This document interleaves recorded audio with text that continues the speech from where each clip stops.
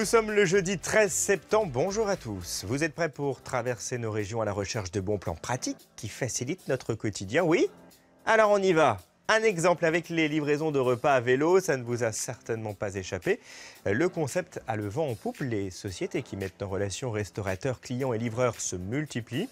Mais vous, ce service vous séduit-il? Eh bien, on en parle à Dijon. Soigner, anticiper les troubles musculo-squelettiques. C'est le rôle des ostéopathes. Certaines entreprises les accueillent dans leurs locaux pour permettre à leurs salariés de soulager leurs douleurs. C'est ce que nous verrons en Bretagne. Et justement, cette initiative fait partie des mesures existantes pour favoriser le bien-être au travail. Et il y a d'autres astuces à connaître pour se sentir bien dans son entreprise. Lesquelles? Eh bien, on vous dit tout dans l'instant pratique du jour.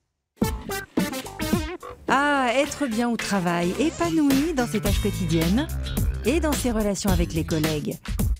On en rêve tous, mais concrètement, comment rendre plus agréable la vie en entreprise? Y a-t-il des méthodes ou des services à mettre en place? Une organisation à repenser?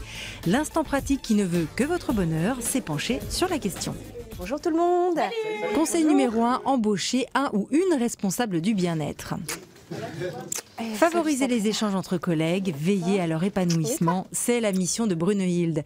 Depuis 2 ans, elle est happiness manager, autrement dit chargée du bien-être des salariés. Séances de sophrologie, petit déjeuner d'accueil pour les nouveaux venus, tournoi de baby-foot à l'heure de la pause, à elle de trouver des activités qui donnent envie à ses collègues de s'investir dans leur travail. L'idée maîtresse, c'est avoir en fait des salariés qui sont bien dans leur basket pour pouvoir être performants et aux petits soins de nos clients. Il y a quand même, et tous les collaborateurs le savent, un enjeu business derrière ce poste. L'autre enjeu, c'est de fidéliser les salariés. Dans cette société spécialisée dans le numérique, le turnover est d'à peine 2%. Conseil numéro 2, proposer des services qui facilitent la vie des salariés. Le plus connu de ces services, c'est la crèche d'entreprise, qui permet de ne pas stresser quand une réunion s'éternise. Mais le nec plus ultra, c'est la conciergerie. Faites tes services, livraison des paniers maraîchers? Oui. Intégrée ou pas à l'entreprise, elle permet de décharger le salarié des soucis pratiques. Nettoyage de voitures, pressing, livraison de paniers bio, dépannage en tout genre. Certaines structures proposent parfois plus de 150 prestations. Pour info, c'est l'entreprise ou le comité d'entreprise qui prend en charge le coût de la gestion de la conciergerie. Quant aux salariés, soit il paie chaque service consommé, soit il prend un abonnement variable selon les prestataires. Conseil numéro 3, changer l'organisation. Le baby-foot et les massages, c'est bien, mais ce qui épanouit vraiment le salarié, c'est d'abord la confiance qu'on a dans ses compétences et leur mise en valeur. D'où l'idée de supprimer les chefs.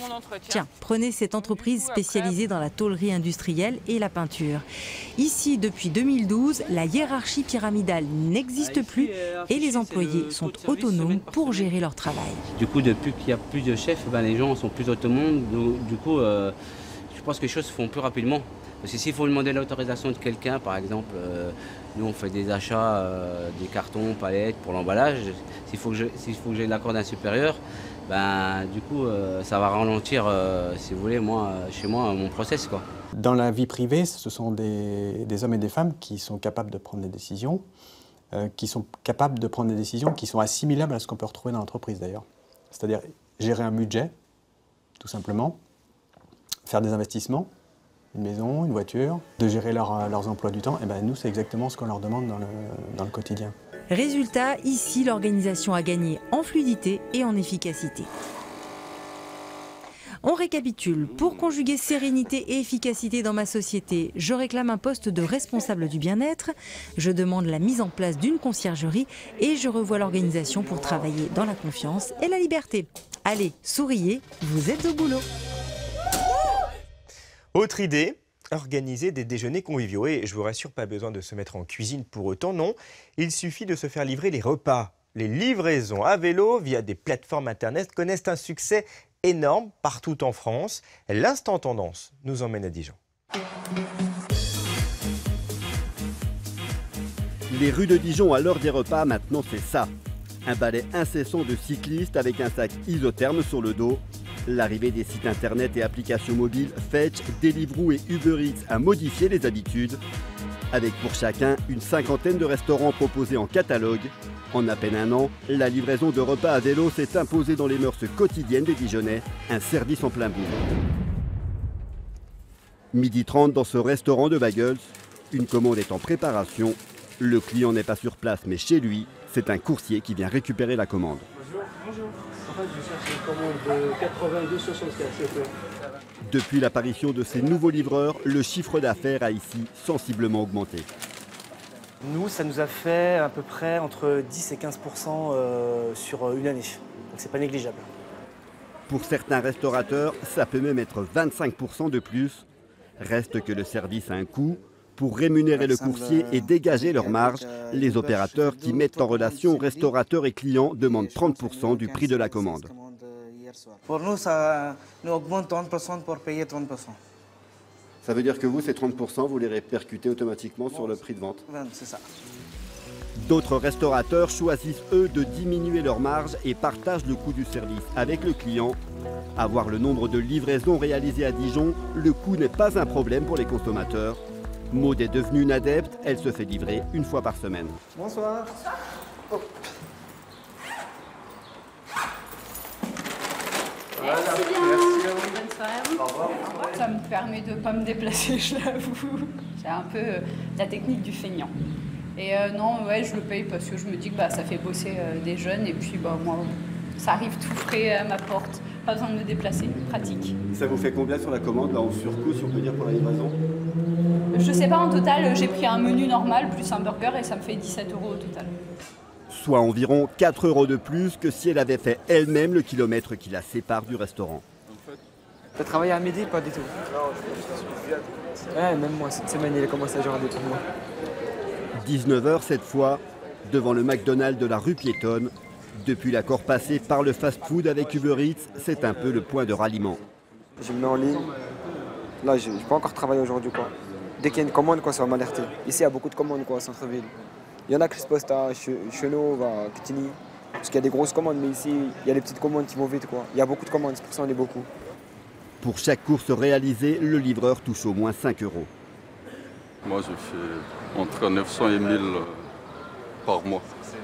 Je fais entre 50 et 60 la nuit, les soirs. C'est plus avantageux que d'être payé au SMIC horaire? Ouais, c'est plus avantageux. Des jeunes comme eux, il y en a entre 200 et 300 sur l'agglomération. Ils sont micro-entrepreneurs, utilisent leur propre vélo et leur smartphone. Si certaines voix dénoncent un retour du travail payé à la tâche, eux voient l'opportunité d'augmenter leurs revenus, avec en plus une certaine liberté. Demain, j'ai pas envie de travailler, je travaille pas. Demain, j'ai envie de travailler, je travaille. Je prévois mes semaines d'une semaine sur l'autre, c'est-à-dire que là, par exemple, j'ai jusqu'à vendredi midi pour m'inscrire sur les créneaux de la semaine prochaine. Et si j'ai pas envie de bosser la semaine prochaine, je m'inscris pas. En seulement quelques mois, ce nouveau service a révolutionné le secteur de la restauration et sa croissance est loin d'être à son terme. Le nombre de livraisons devrait atteindre des records. Tous les matins dans l'Instant R, nous parlons de sujets de société. Et ce matin, nous avons voulu revenir sur les difficultés que peuvent rencontrer les parents pour scolariser leurs enfants handicapés. La loi du 11 février 2005 pour l'égalité des droits et des chances permet à ces enfants de suivre une scolarité normale. Depuis 2006, leur scolarisation a d'ailleurs progressé de près de 80%. Mais parfois, les dysfonctionnements sont réels et il est difficile de les contourner. L'Instant Dossier nous emmène en Loire-Atlantique. C'est écrit quoi en fait? Il voulait écrire d'air. Pas simple d'enfiler des perles avec des gants. Ce matin, atelier sensibilisation au handicap pour ces collégiens de Derval. C'est dur à prendre les perles. Et toi alors, qu'est-ce que tu ressens quand tu veux faire quelque chose comme ça qui est hyper difficile? Envie de quoi? Abandonner? Ouais. Assimiler le handicap, un moyen pour éviter l'exclusion à l'école des enfants invalides. C'est hyper compliqué. Déjà que là, j'avais même plus le sang qui circulait dans les mains. C'était trop compliqué. Et puis c'est hyper dur d'avoir le toucher pour prendre les trucs. C'était hyper galère. Je me mets à la place de certaines personnes qui peuvent être frustrées, qui veulent abandonner parce qu'ils disent que c'est trop compliqué. Salut Augustin, ça va? En essayant les fauteuils roulants, ils se mettent à la place d'Augustin, leur camarade. Il a été obligé de changer de collège, peu adapté à son handicap. Et est arrivé ici, en début d'année, pour passer son brevet. Il y avait des rampes, mais qui étaient trop pentues pour monter un fauteuil roulant, c'était très dur. Il n'y avait pas d'ascenseur, donc pour aller dans les classes, je montais les marches sur les fesses, donc c'était assez dur. Changer d'école, de camarades, par manque d'accessibilité. Les enfants handicapés ont souvent un parcours scolaire bricolé et ce n'est pas sans conséquences. L'AVS, assistante de vie scolaire d'Augustin, s'inquiète des lourdeurs administratives en Loire-Atlantique. Quel que soit le handicap, le traitement des dossiers est long. Donc là, en l'occurrence, c'est des problèmes d'apprentissage, d'écriture. Et voilà, donc les dossiers sont en traitement, donc il n'y a pas de réponse. Donc il va à l'école, mais sans AVS. Voilà, c'est ça. Donc il y a quand même, l'élève est quand même pris en charge par l'école, mais il n'y a pas d'AVS. Donc ça retarde en fait tous les apprentissages. Salut Jade, ça va? Bon, on va aller un peu coder là, hein, si ça te tente. À Nantes, l'association ThinkCode propose des cours de codage aux personnes handicapées. Leur idée, inclure ces enfants et adultes à la transition numérique. Jade a arrêté sa scolarité au lycée Mandela. À 20 ans, elle ne pouvait plus bénéficier d'une assistante de vie scolaire. L'image est trompeuse. Aujourd'hui, Jade sait coder pour créer des sites internet, mais elle a besoin de plus de temps. Je travaille sur ordinateur pour faire les classes magistrales parce que c'est plus facile d'écrire sur un clavier qu'à la main. La preuve, c'est qu'elle a quand même pas mal de difficultés à taper autre qu'avec même la phalange. Et puis, mais par contre, elle a toute l'intelligence pour réussir. Et le problème, c'est la lenteur de l'action. L'association ThinkCode travaille sur une plateforme d'emploi pour personnes handicapées. Avec le numérique, ce sont de nouvelles portes professionnelles qui s'ouvrent à elles. Encore faut-il qu'elles y soient conviées et même formées. Et si vous aussi vous avez été confronté à des difficultés pour scolariser votre enfant en situation de handicap, envoyez-nous votre témoignage vidéo sur la page Facebook de France 3 Toute Région. Nous diffuserons votre réaction dans une prochaine émission. On reste ensemble un peu plus de 11 heures pour suivre des scientifiques qui étudient de très près la source de l'Uvonne à la Sainte-Baume dans les Bouches-du-Rhône. Et on verra que la nature fait très bien les choses. Nous vous raconterons une histoire également, celle d'un petit cirque qui, depuis des années, écume les villages de Bretagne et des Pays de la Loire. Mais vous allez le voir, il y a comme une ambiance de fin d'époque. Avant cela, parlons bien-être avec l'aide d'ostéopathes, des praticiens qui sont désormais accueillis dans certaines entreprises pour être au plus près des salariés. Reportage en Ille-et-Vilaine. Des gestes répétitifs et non naturels, voilà souvent l'origine d'un trouble musculo-squelettique. Parmi les entreprises agroalimentaires particulièrement touchées par ce problème, certaines ont pris le taureau par les cornes, comme cette laiterie. À l'étage des bureaux, plusieurs salles ont été aménagées pour accueillir des séances d'ostéopathie. Tournez la tête vers la droite. Ok, revenez. La spécificité ici, c'est que les consultations sont effectuées par des étudiants, mais évidemment sous le regard vigilant d'enseignants et praticiens confirmés. Ce service gratuit pour les salariés découle d'un partenariat entre l'entreprise et l'une des écoles d'ostéopathie de Rennes. Pour un abonnement annuel de 50 €, elles ont le droit à 150 consultations. Un échange de bons procédés. Ça va? Oui, ça va. L'étudiant ostéopathe doit comprendre qu'il va prendre en charge un patient de façon singulière et surtout au sein de son environnement. Et le fait qu'il baigne dans un premier temps, on va dire ça comme ça, ou en tout cas fasse la visite et voit sur le terrain ce que vivent les corps de ces patients, ça va être essentiel dans leur diagnostic. Ah bon, ça Oui. les éclaire? Oui, bien sûr. L'ostéopathie, c'est avant tout l'art de soigner avec le mouvement. Donc il faut aussi quand même comprendre qu'est-ce qui se passe au quotidien. Laurence est une salariée assidue aux séances. Un travail posté sur écran peut aussi être source de problèmes. L'apport positif, il est évident, il est flagrant. Moi, je sais qu'à chaque fois, j'ai eu des soucis significatifs, une douleur vraiment présente. Et grâce aux séances, à la fin, bon, effectivement, en sortant, je me sentais déjà mieux. Et les jours qui ont suivi, je n'avais plus le problème qui s'était installé. Donc franchement, je suis convaincue à 200%. L'ostéopathie est une discipline curative, mais aussi préventive. Un atout pour l'entreprise. Ici, ça fait plusieurs années que la direction en est consciente. Sur l'ensemble de la politique de prise en charge au niveau de l'ergonomie, de la santé et sécurité au travail, oui, on a vu une diminution des troubles musculo-squelettiques et des arrêts de travail, effectivement. C'est efficace, en fait. C'est efficace. Bonjour Marie-Hélène Bourgin. Bonjour. Alors vous êtes directrice et fondatrice de l'Institut d'ostéopathie de Rennes, qui donc a créé ces consultations d'entreprise. Dites-moi, pourquoi cette initiative? Je pense que le fait de démontrer que l'ostéopathie a des résultats sur les troubles musculo-squelettiques, entre autres, favorise bien sûr le développement du métier. Ça permet aussi à certaines entreprises de créer des métiers d'ostéopathe. Ça a été le cas dans un stage où on est intervenu. Il y a eu une création de postes pour un ostéopathe ensuite. Donc pour nous, c'est valorisant.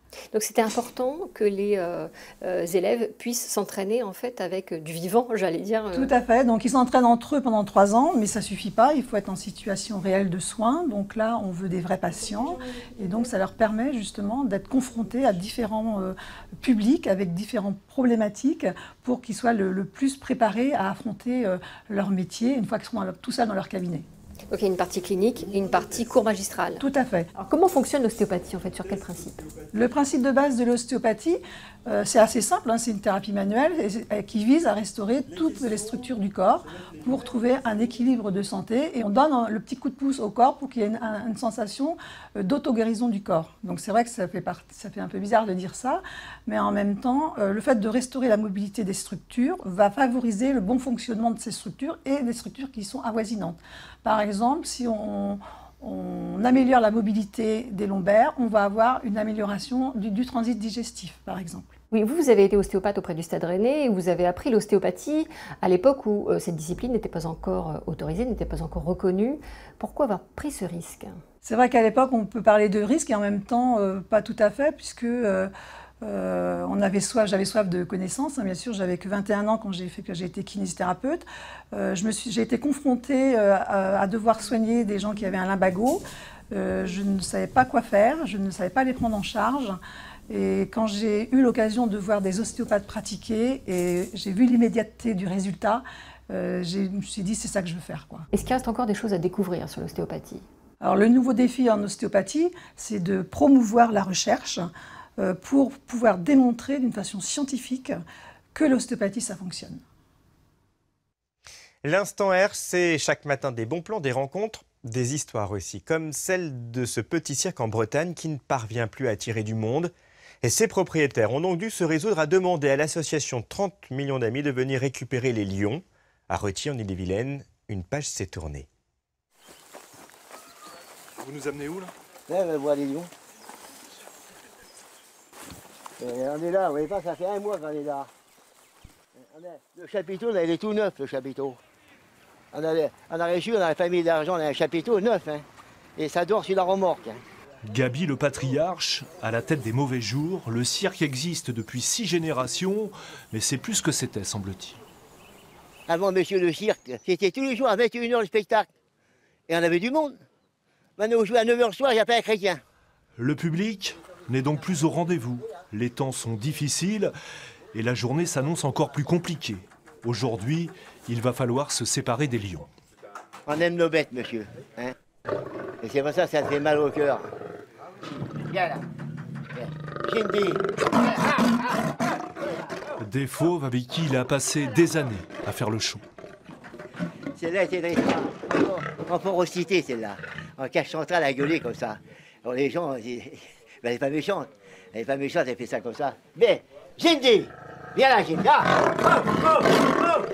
À côté de Gaby, il y a des gens de chez 30 millions d'amis. Ils n'ont pas traversé la France pour prendre des photos. Tout à l'heure, ils vont repartir avec les fauves qui, depuis toujours, faisaient la fierté du cirque. C'est un établissement qui, malheureusement, a du mal à joindre les deux bouts. Et donc, ils nous ont demandé de prendre en charge leurs 4 lions qu'ils avaient en leur possession parce que, justement, ils n'arrivent plus à trouver forcément de la nourriture. Ils n'arrivent plus à faire des entrées dans l'établissement. Et là, c'est une collaboration qui est faite entre les gens du cirque et nous. Reste donc à déménager les lions et ça va être du sport. Pour superviser l'opération, des gendarmes ont fait le déplacement au cas où, et puis un vétérinaire aussi, spécialiste des fauves. On va essayer d'abord de le faire sans endormir les animaux, parce qu'endormir un animal c'est toujours un acte à risque, d'autant plus que je ne connais pas les animaux, je ne connais pas leur état de santé, je ne sais rien du tout, je les ai découverts il y a 5 minutes. Donc voilà, endormir un animal qu'on ne connaît pas, il y a toujours un risque. L'opération va durer 4 heures. Dans la famille Dumas, vous avez vu le père, il y a aussi le fils, James. Les numéros avec les fauves, c'était lui, mais il y a quelques mois, il s'est fait charger. Son petit garçon a eu très peur, la troupe a décidé de se séparer des fauves. Et puis il y a autre chose aussi, toutes ces manifs contre les cirques. Il nous casse les pieds, il vient manifester autour du cirque, tout. Alors les gens, ils ils viennent moins en moins au cirque, quoi. Il y a des cirques, ils ont maltraité les bêtes. Mais il ne faut pas mettre tout le monde au même piquet. S'il y a un bandit dans le pays, tout le monde n'est pas bandit. C'est ça que je n'admets pas. Alors la fondation 30 millions d'amis ne cautionne pas ces manifestations, mais elle aussi veut en finir avec les animaux sauvages dans les cirques. Même s'ils sont bien traités, comme ici dit-elle, il faut trouver d'autres moyens pour divertir le public. Les animaux vivent dans des remorques. On ne peut pas se cacher du regard du public, on n'a pas d'intimité. L'animal passe en fin de compte 24 heures sur 24 dans 5 mètres carrés. Donc c'est impossible de penser qu'il y a du bien-être animal dans ces conditions de vie. Une fois embarqués, les animaux traverseront la France pour venir jusqu'ici, dans la Loire. Un parc zoologique où ils auront de l'espace, où ils pourront se requinquer, avant de trouver refuge dans un autre zoo définitivement. En attendant, à Retier, il est temps de finaliser le contrat. Le principe, c'est d'aider M. Dumas pour pouvoir prendre en charge les animaux et que lui s'engage à ne pas reprendre derrière d'animaux pour pas que nous, ça soit un puits sans fond aussi et que demain, il y ait de nouveaux animaux qui arrivent. On va faire le cirque traditionnel avec chameaux, lamas, chiens, et puis voilà quoi. Monsieur, au revoir. Bon courage à tous. Le cirque Bostock va donc continuer de rouler sa bosse sans ses lions. Enfin presque. Il en reste un, Simba. La troupe va le garder, alors pas pour le faire travailler, mais parce qu'il fait partie de la famille. C'est déjà compliqué comme ça, dit 30 millions d'amis. Alors pas de rupture définitive, pas tout de suite. Ça gratte. Ah, ça gratte, Simba. Et si vous souhaitez venir en aide à l'association de protection des animaux, 30millionsdamis.fr est à votre disposition. Je vous propose maintenant de rejoindre la Sainte-Baume dans les Bouches-du-Rhône pour suivre des scientifiques. Ils étudient de très près la source de l'Uvonne, l'occasion d'en savoir un peu plus sur son histoire et ses secrets. Regardez. Caché au pied des arbres, entre deux rochers, voici la source de l'Uvonne. 563 et température 10,9. Ces chercheurs de l'université d'Aix-Marseille travaillent sur les ressources en eau souterraine. Donc cette eau qui jaillit, c'est de l'eau souterraine. Mais cette eau souterraine, il faut bien avoir en tête qu'elle vient de l'eau de pluie, qu'elle a circulé dans le sous-sol avant de ressortir ici. La Sainte-Baume, elle a vraiment, dans la basse Provence calcaire, le rôle de château d'eau. C'est là où l'eau de pluie va s'infiltrer, va être stockée et va ressortir petit à petit sur les sources, comme on a ici sur la source de l'Uvonne, et sur les autres sources qui sont dans les autres vallons. Il y a des milliers d'années, la source n'était pas à la même place. Alors là, en fait, on est à environ 30 mètres au-dessus des sources de l'Uvonne. Et certainement qu'à l'époque, la sortie des sources de l'Uvonne était ce trou des Moulins, lorsque la vallée était un petit peu plus haute. Et ensuite, l'encaissement de la vallée a fait que ça a creusé d'autres sorties. Et aujourd'hui, c'est les sources de l'Uvonne qui sont un petit peu en contrebas. Dans ce cours d'eau, une faune particulière. Elle doit apprendre à vivre avec l'assèchement des mois d'été. Comme par exemple ce macroscopique plécoptère, plus connu sous le nom de mouche de pierre. Pendant la période où il n'y aura plus d'eau ici, quand ça sera là sec, eh bien cet animal, juste avant, il va se métamorphoser en adulte. Il va aller se réfugier ensuite dans les grottes. Et ensuite, à l'automne, eh bien pondre quand le cours d'eau se remettra en eau.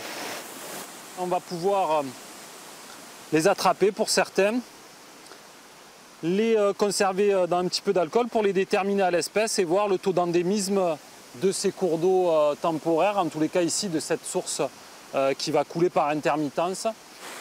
Plus en aval, l'eau de l'Uvonne a construit de belles vasques et de drôles de petits barrages.